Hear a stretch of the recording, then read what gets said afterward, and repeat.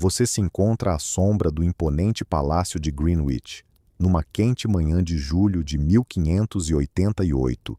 O ar está impregnado de uma combinação de odores: corpos não lavados, juncos em decomposição pelo chão e o perfume excessivamente doce que os nobres utilizam para abafar o que realmente existe por trás. Através das pesadas portas de madeira, ecoam o farfalhar da seda e o murmúrio suave de vozes enquanto a rainha Elizabeth I conduz sua corte. Mas, ao se aproximar, um outro aroma se destaca da mistura floral. Algo cortante e metálico, como moedas de cobre deixadas em água estagnada, se combina com o almíscar terroso de corpos que conhecem o sabão apenas como uma lembrança distante. A rainha virgem, a própria Gloriana, brilha em seu trono adornado com pérolas douradas, seu rosto pálido pintado como a neve recém-caída. Ela sorri, revelando dentes que lembram folhas secas do outono. E ao abrir a boca, os cortesãos se inclinam para a frente, não apenas por respeito, mas porque a distância torna suas palavras mais fáceis de suportar. Esta é a mulher que triunfou sobre a Armada Espanhola, que governou a Inglaterra com mão firme por 45 anos, sempre envolta em sedas. Contudo, por trás dessa fachada majestosa, existem hábitos que fariam qualquer um de nós recuar em horror. Antes de mergulharmos nessas narrativas esquecidas de sobrevivência e sofrimento, se você se interessa por descobrir as verdades ocultas da história, não esqueça de dar um like e se inscrever para mais conteúdos como este. E claro, comente abaixo e me diga de onde você está ouvindo. É fascinante que estamos explorando juntos essas histórias antigas, conectados através do tempo e do espaço pela curiosidade sobre o passado. A realidade sobre a higiene pessoal de Elizabeth Tudor se assemelha a um catálogo de pesadelos medievais, com cada hábito mais chocante que o anterior. Porém, para entender por que a maior rainha da Inglaterra viveu dessa maneira, precisamos primeiro compreender o contexto do seu mundo, um lugar onde tomar banho era visto como arriscado, onde a medicina era uma questão de adivinhação, e até mesmo a realeza habitava condições que nos horrorizariam atualmente. O ritual do banho trimestral. Elizabeth I, de fato, era considerada progressista para os padrões de sua época.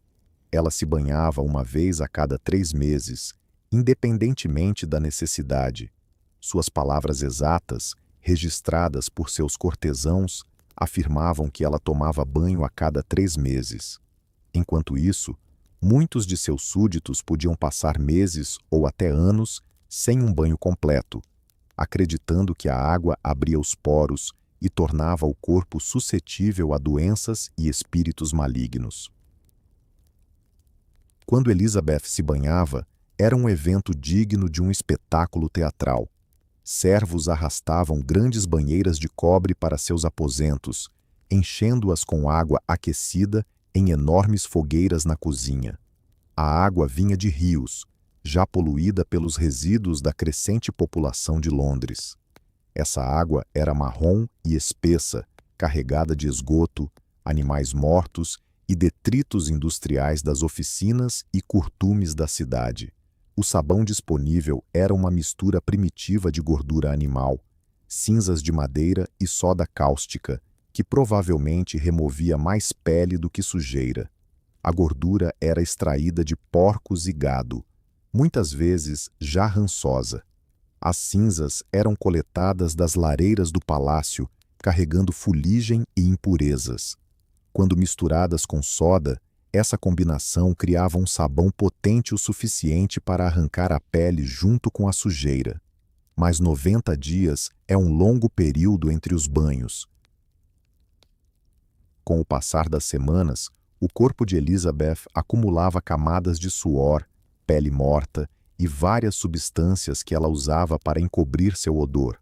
Ao término de seu ciclo de 3 meses, os cortesãos já tinham a habilidade de perceber a aproximação da rainha. muito antes de ela adentrar qualquer sala. Um incidente marcante, registrado em documentos da corte de 1579, revela essa curiosidade. O embaixador francês enviou uma carta ao seu rei, reclamando que durante sua audiência com a rainha, precisou segurar um pomander repleto de ervas aromáticas próximo ao nariz, pois o odor real transformava a conversa em um verdadeiro teste de resistência. A esposa do embaixador desmaiou em um jantar formal, não por causa do calor, como se divulgou oficialmente, mas devido ao cheiro intenso que emanava da mesa real. A situação dentária de Elizabeth chocou a Europa. Seus dentes se tornaram talvez o mais famoso desastre de higiene, gerando fofocas internacionais e preocupações diplomáticas. Aos 40 anos, eles estavam completamente negros pela cárie, e seu sorriso se tornou uma visão tão perturbadora que embaixadores estrangeiros enviavam laudos detalhados sobre isso a seus países. Os problemas dentários da rainha começaram devido ao seu voraz consumo de açúcar. No século XVI, o açúcar era mais caro que o ouro, tornando-se um símbolo de status. A dieta diária de Elizabeth incluía deliciosas guloseimas, como dor de março, violetas açucaradas, frutas cristalizadas, confortos e vinhos doces. Ela se deliciava com açúcar ao longo do dia, deixando os cristais se dissolverem lentamente em sua boca, banhando seus dentes em açúcar por horas a fio. Naquela época, não havia compreensão sobre higiene dental.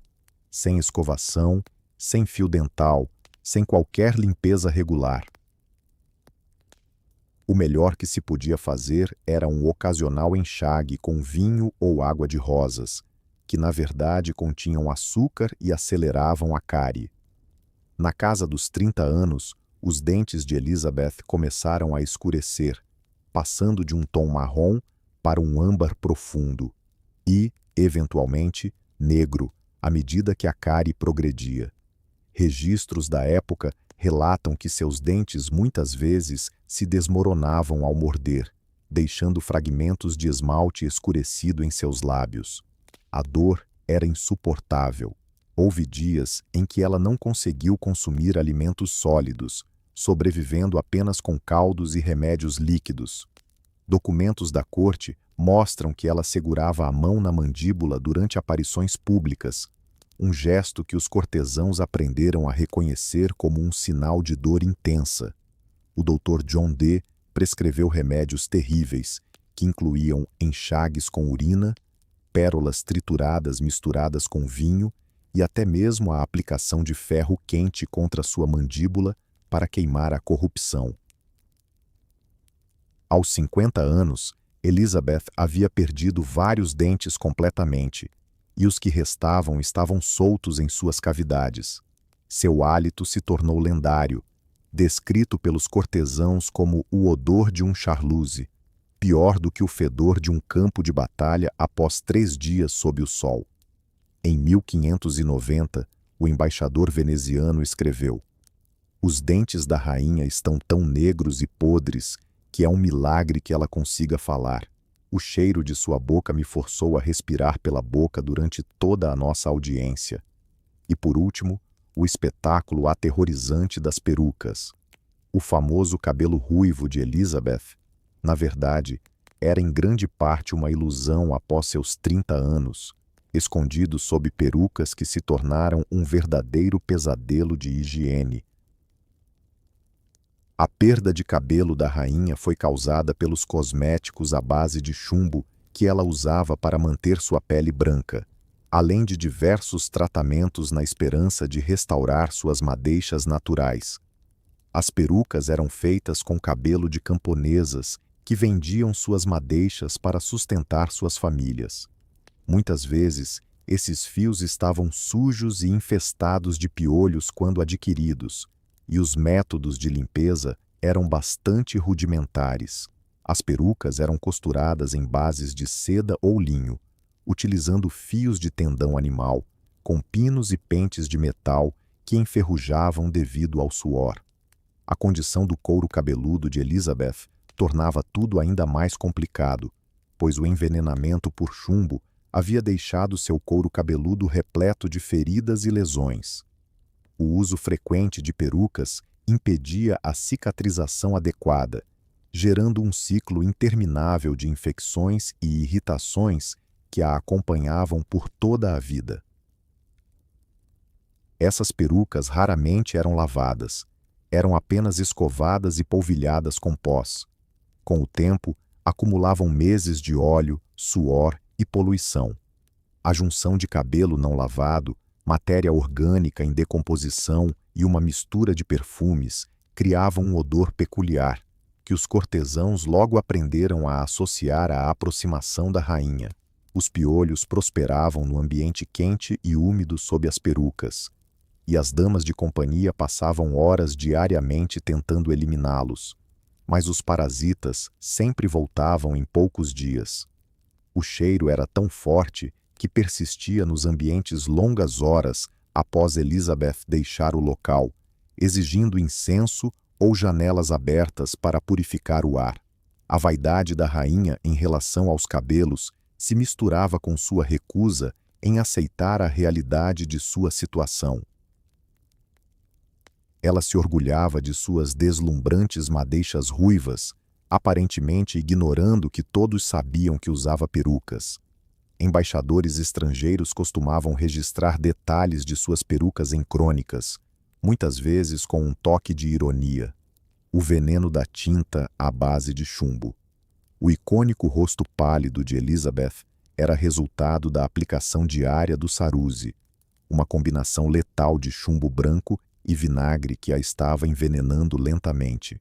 Essa mistura tóxica era aplicada todas as manhãs com pincéis de pelos de animais, criando camadas que se rachavam e descascavam como gesso velho. O chumbo vinha das minas da Cornualha, onde muitos trabalhadores sucumbiam à exposição. Moído em pó fino, flutuava no ar como poeira, cobrindo tudo nos aposentos de Elizabeth. O vinagre feito de vinho azedo acrescentava um toque ácido à mistura corrosiva, deteriorando sua pele enquanto aprisionava veneno contra seu corpo. O processo de aplicação era uma verdadeira tortura. A mistura ardia ao ser colocada, fazendo seus olhos lacrimejarem e sua pele queimar. Elizabeth precisava permanecer imóvel por até 1 hora enquanto secava, sem poder falar, comer ou beber. À medida que o Saruzi secava, formava uma máscara bela, porém horrenda. A superfície branca parecia perfeitamente lisa e pálida, mas sob ela, sua pele natural estava sendo sistematicamente destruída.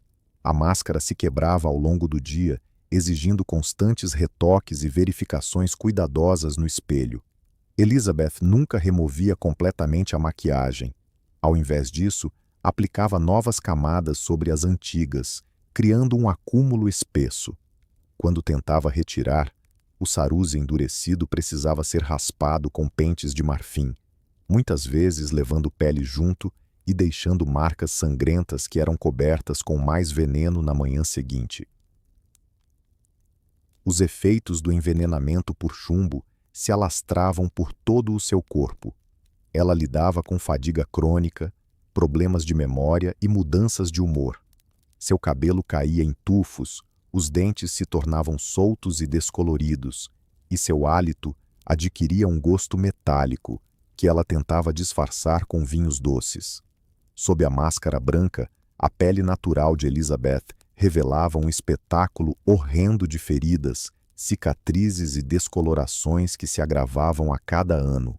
Seus lábios eram tingidos com cochonilha, besouros triturados misturados a óleos que, ao aquecer, se tornavam rançosos, gerando odores pútridos que se misturavam ao seu hálito. E as roupas? As magníficas vestimentas de Elizabeth nunca eram lavadas nem limpas, e não se permitiam descanso.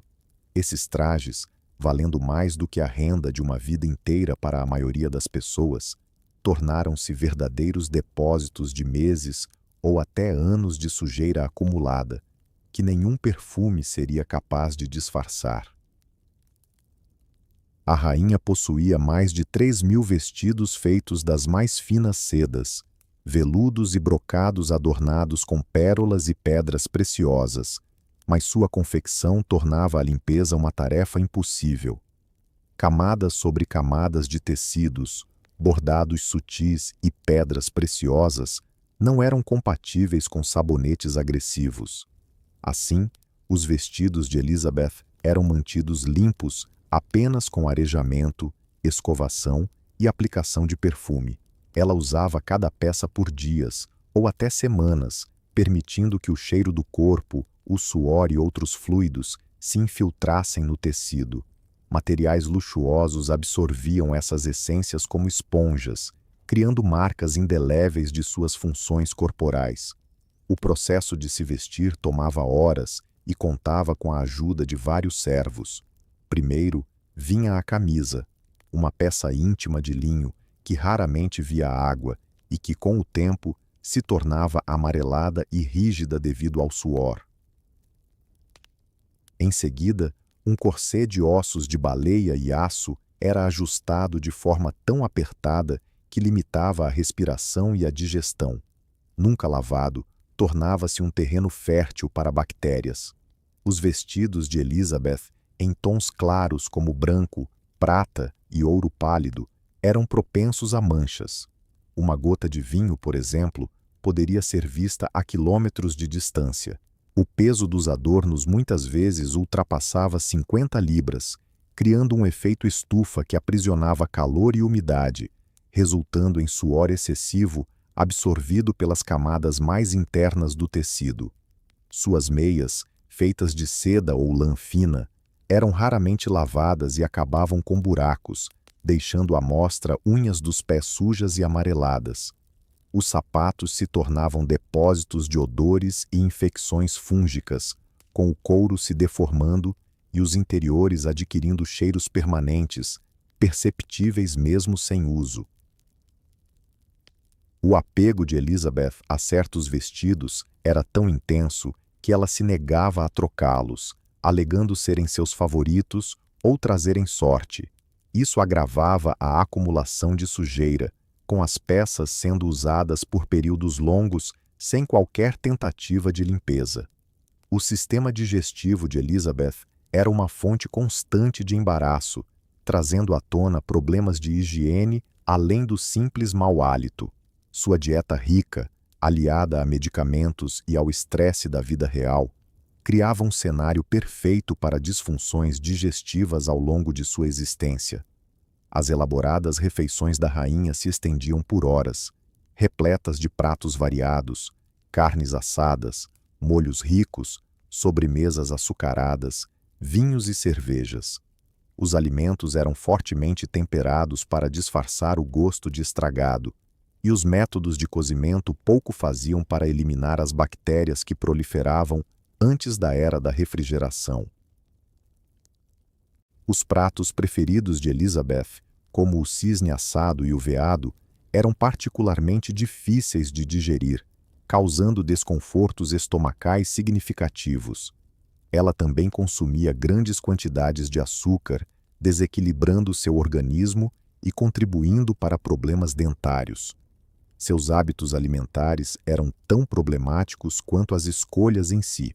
Comendo rapidamente e sem mastigar adequadamente, ela devorava a comida entre cerimônias da corte e reuniões diplomáticas, o que só agravava os problemas digestivos e gerava emergências de asfixia.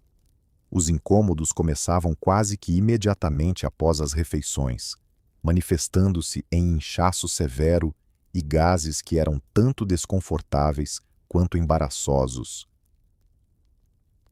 Em uma época em que as funções corporais eram motivo de vergonha, especialmente para mulheres, os problemas digestivos de Elizabeth causavam uma constante ansiedade e humilhação. O uso de corsetes apertados e camadas excessivas de tecido tornava a digestão ainda mais difícil, pressionando o estômago e intestinos e ocasionando dores intensas. Às vezes, Elizabeth se via forçada a afrouxar as peças durante as refeições, um gesto considerado altamente inadequado e que precisava ser cuidadosamente escondido dos olhares do público. Os episódios de gases se tornavam lendários entre os cortesãos, que educadamente ignoravam os sons e odores que emanavam da rainha. Em ocasiões, Elizabeth se retirava de eventos públicos quando os problemas se tornavam insuportáveis, alegando estar doente, quando, na verdade, o que a afligia era muito mais constrangedor. Seus problemas digestivos eram ainda exacerbados por medicamentos. O mercúrio, utilizado como tratamento para a sífilis, era um laxante extremamente potente, provocando diarreias intensas e cólicas dolorosas. Já os remédios herbais continham substâncias tóxicas que geravam náuseas, vômitos e outros efeitos colaterais indesejados. Era um verdadeiro desastre para a higiene bucal. Não só os dentes de Elizabeth estavam deteriorados, toda a sua boca se assemelhava a uma ferida em estado de putrefação, acarretando problemas muito além do simples mau hálito.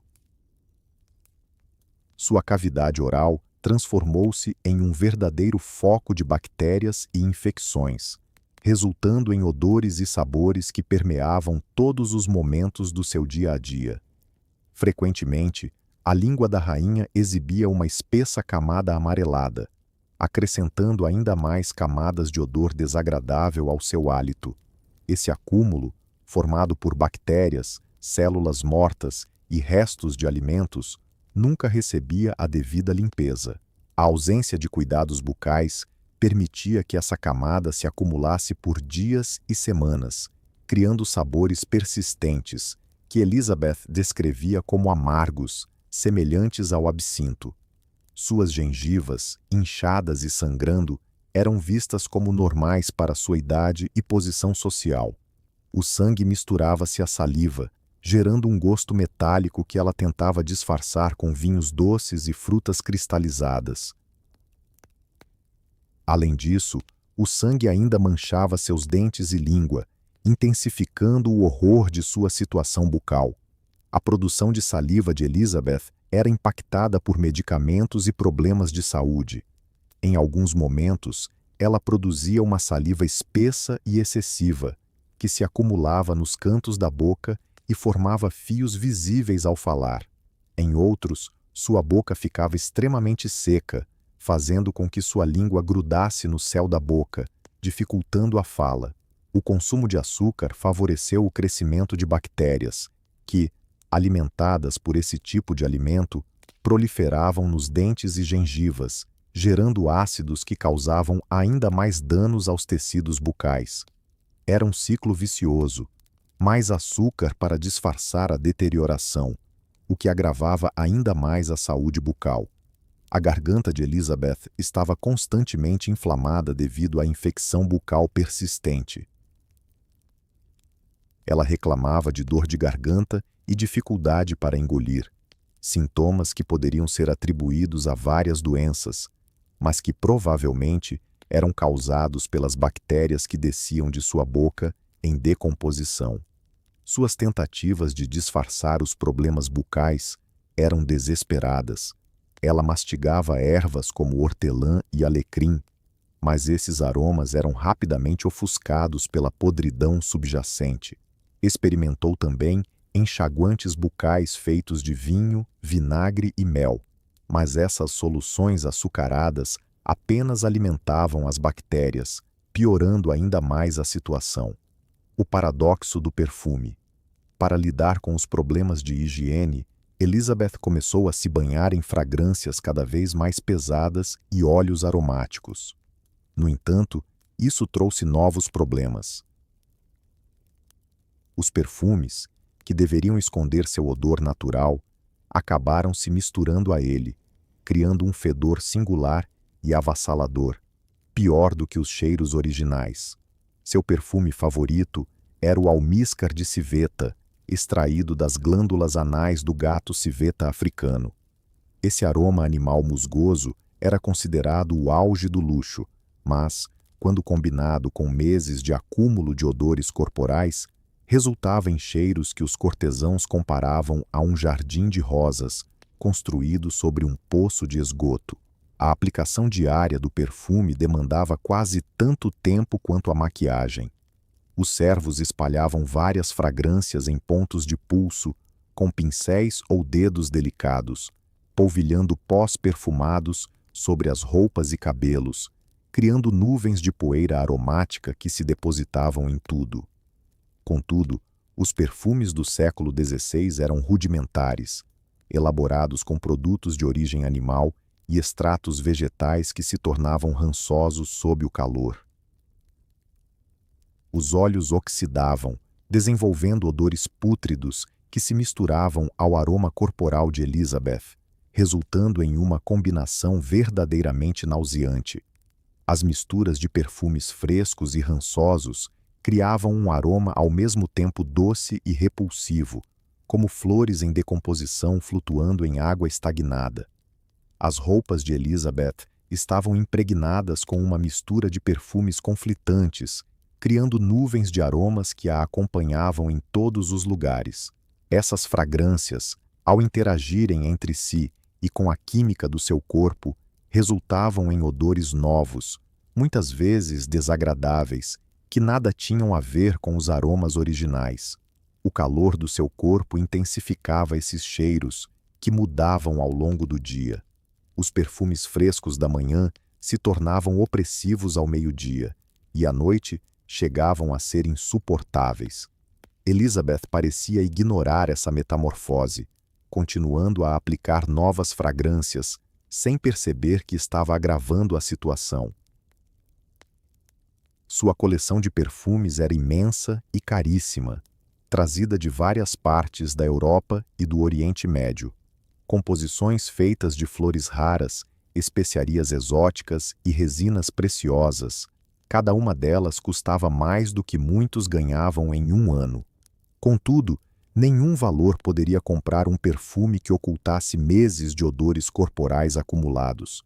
E havia o horror dos pés.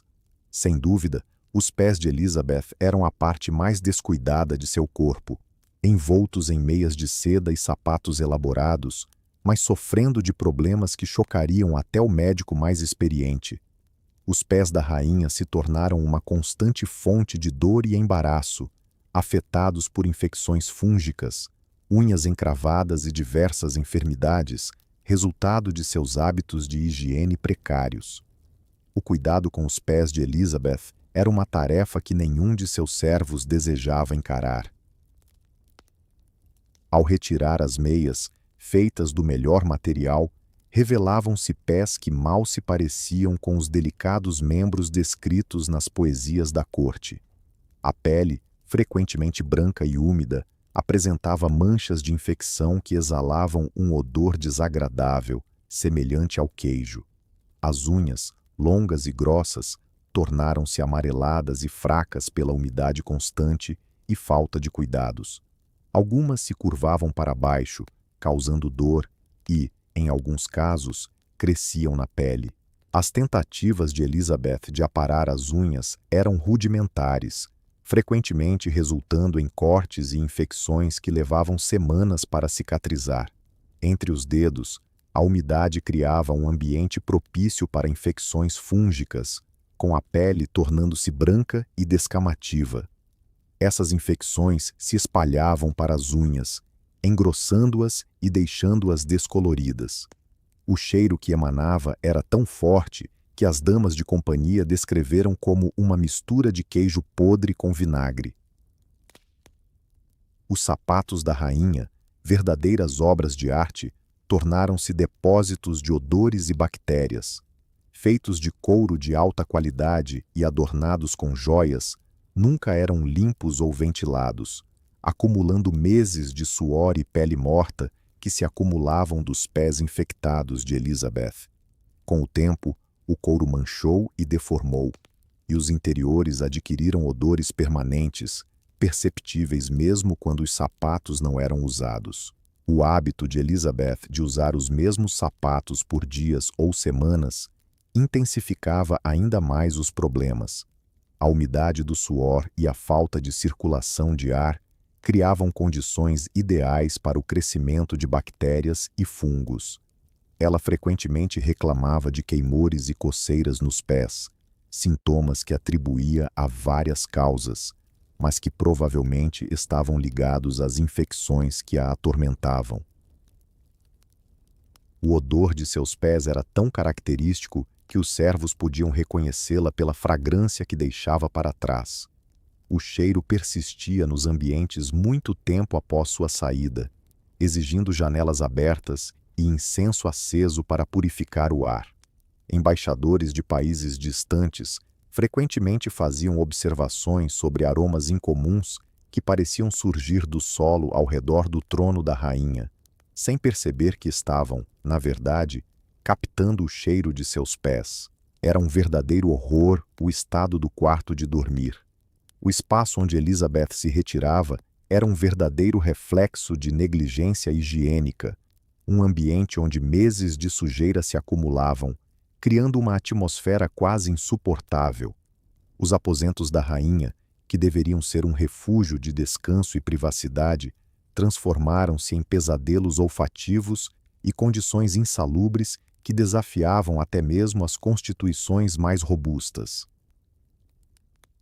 A Cama Real, uma obra de arte em termos de artesanato, era um monumento à indiferença.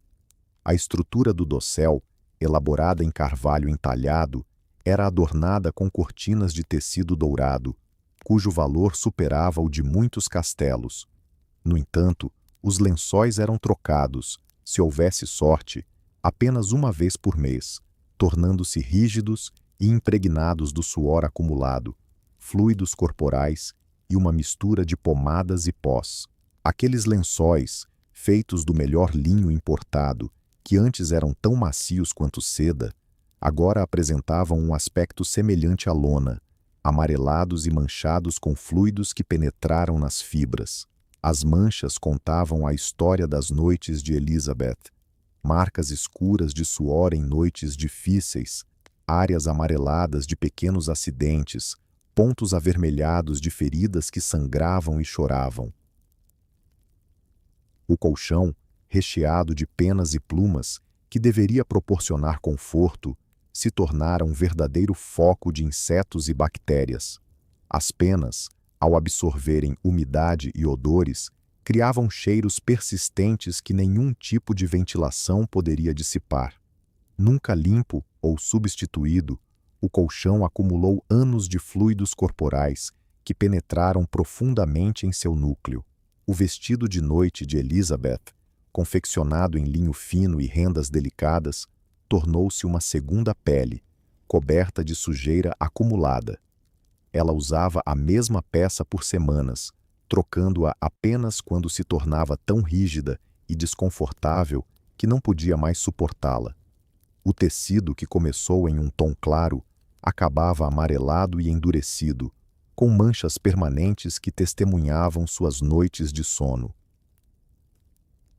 Durante o inverno, o quarto era mantido hermeticamente fechado para conservar o calor, aprisionando odores e criando uma atmosfera densa e opressiva.